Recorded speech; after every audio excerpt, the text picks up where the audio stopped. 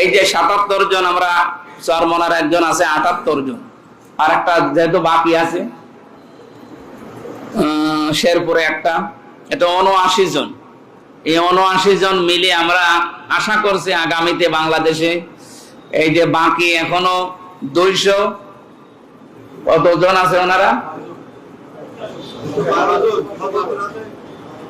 ২১২ জন আছে। আমরা এই মসজিদের ভেতরে বসে বলছি ১০০% চেষ্টা চালাবো এই ৭৯ জন মিলে ওনাদেরকে তীরের মতো সোজা করে রাখি।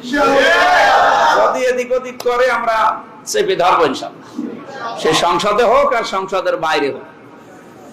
তা আমরা মধ্যম পন্থা অবলম্বন করবো, এটা হচ্ছে আল্লাহর জন্য সাক্ষী হওয়ার একটা নিয়ম। ২ নম্বরে এই যে তাকওয়া অর্জন করার জন্য ন্যায় বিচার কায়েম করা দরকার।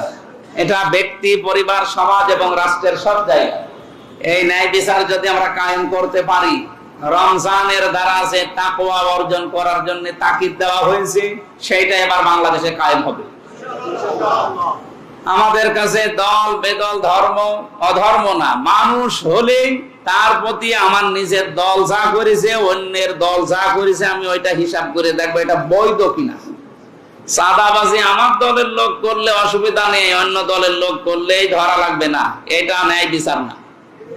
আমি এমপি শুধুমাত্র ১,৮৩,০০০ ভোট পেয়েছি এদেরই না, আমার ৪.৫ লাখ ভোট সবার জন্য আমি এমপি।